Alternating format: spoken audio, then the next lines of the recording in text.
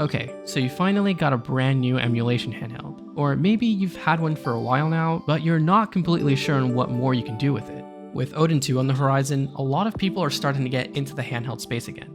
I was able to secure a superfan pre-order for the Odin 2 Max the very day it went live, which honestly managed to arrive at my door a few months sooner than the initial December release date.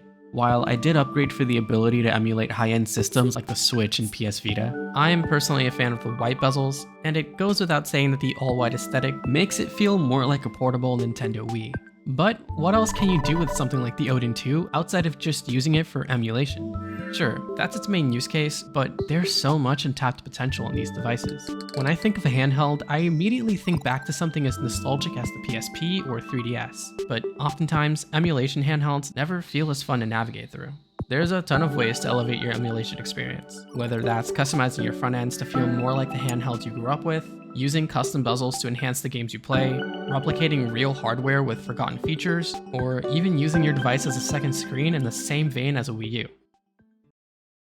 There's a lot to talk about in this video, so here's how I'll lay it out. Things will be sorted neatly into 3 sections: front ends, emulation, and use case. Throughout the video, there's going to be multiple mini tutorial segments that showcase how to replicate certain features, with a chirper in the bottom right indicating things like what files are linked in the description, any additional comments I might have missed, or any updated information changed between recording and editing this video. Lastly, for the sake of demonstration, I will be using the Odin 2 as a standard example to showcase these features, but these can apply to just about any capable Android handheld. Alright, no more wasting time. Let's jump right into it.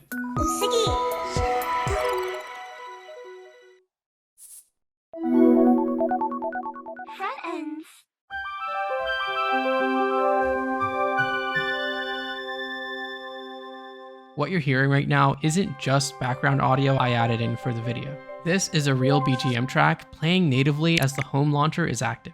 You might be thinking, wait, Daidisho doesn't support background music?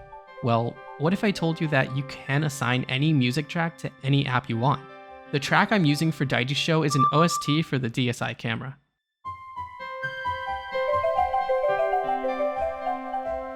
If the Play Store is too silent for you, here's what it sounds like with the 3DS channel OST.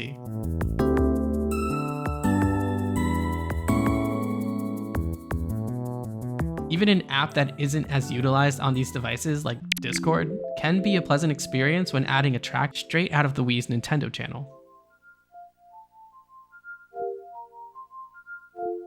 For some reason, I think of the old Miiverse days whenever I navigate Discord this way.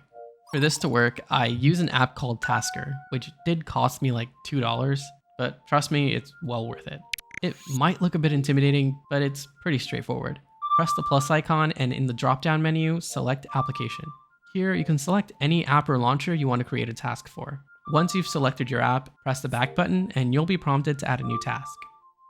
Selecting the plus icon will let you add an action of your choice. In this case, we'll search for the music play option, which brings us to our last window. Use the search icon to navigate your BGM's file directory and select any audio file of your choosing. Once you've selected it, make sure to tick the box that says loop. This way, your track can play endlessly in the background. Press the back button twice to go back to your Profiles tab. Now we need to add an exit task to make sure the music stops playing whenever the app is out of focus. For example, when you launch a game, and most importantly, when you put the device to sleep. Long press the existing task and choose Add Exit Task. Once again, we're prompted to add a new task and name it just like we did for the original. This time, when we add a new action, we'll search for Music Stop and select it.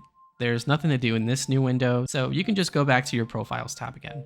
Okay, lastly, long press the launcher portion of your profile and select Add. Then select the State option. From here, choose Display, then Display State. Simply change your state to on, and you're good to go. Now you're able to enjoy your custom BGM on your favorite launcher.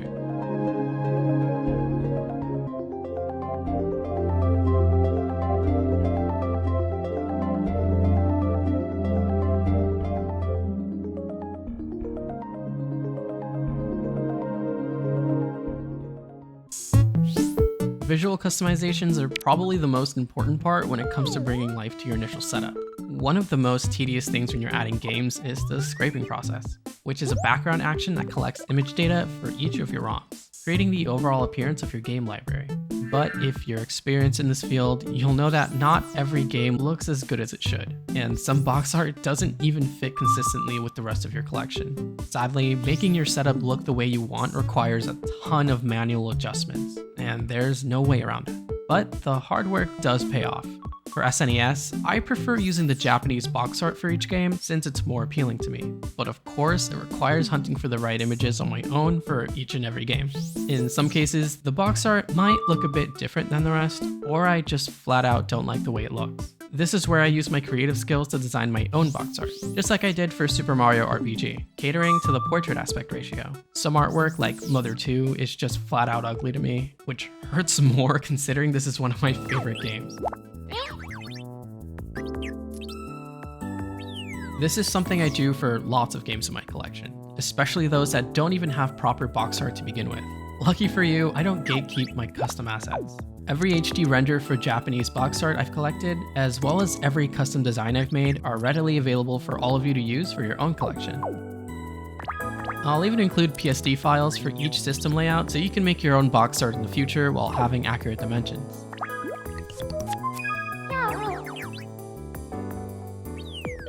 Daijishou's widget feature is one of my favorite things to come out of emulation front ends. These are fully customizable panels that function as shortcuts for various features. I've stated in the past that this tab functions as my homepage, and that still holds up today, thanks to the fact that I'm able to customize these icons and even insert very obscure software that I don't want to include in my main collection, like the Wii Home menu and Mi Maker, among other things. Believe it or not, a good chunk of these icons were custom made for my widgets page alone. I'll include a link to the icons I have at my disposal if you want to use them for yourself.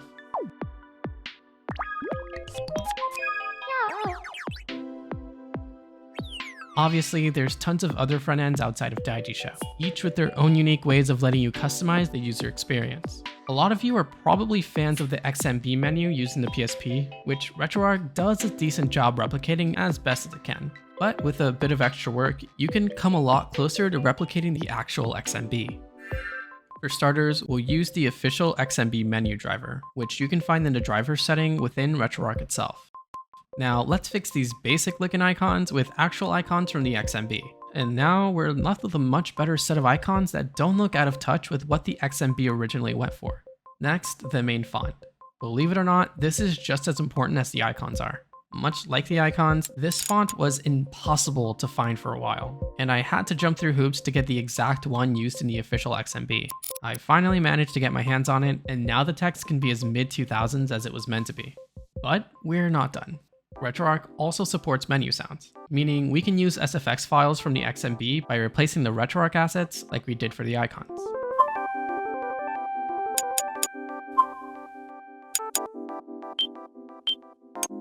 Select the default color, and there you have it. A more authentic PSP experience at the palm of your hand.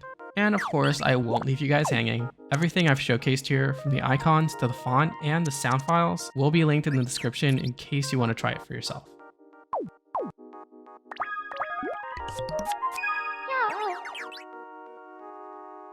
If you don't want to put in any of the work when it comes to customizing your own themes, thankfully, there's other enticing options out there that could elevate your home launcher experience. Emulation.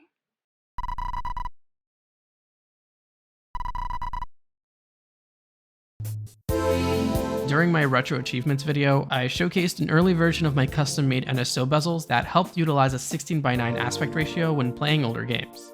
Since then, I've updated the design and even added a few extra things to make it feel a bit more authentic.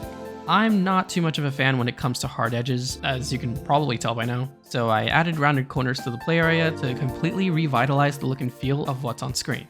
It's a small touch, but one of my favorites because of it. I also added a player icon in the top left corner just to imitate the look and feel of an official NSO layout, but it serves no purpose other than being purely cosmetic.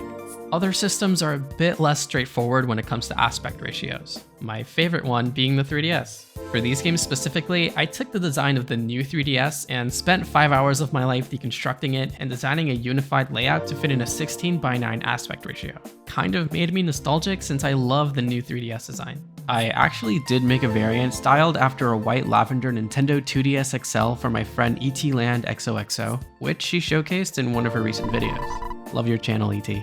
These custom bezels, as well as the updated NSO bundle, will be available for everyone who wants to try them out. I have also included the PSD files for the NSO bundle in case you want to change certain things like sharpening the corners for the play area, customizing the player icon, adding more of them, or removing it entirely. If you made it this far, thanks a lot. I hope this helped some of you find unique ways to utilize your handhelds and make them your own. If you want to know more about me, what I do, or what I look like, my social media links are there in the bottom right corner. Thank you guys for watching. This is Usagi Shade, and I hope you enjoyed the video. Take care.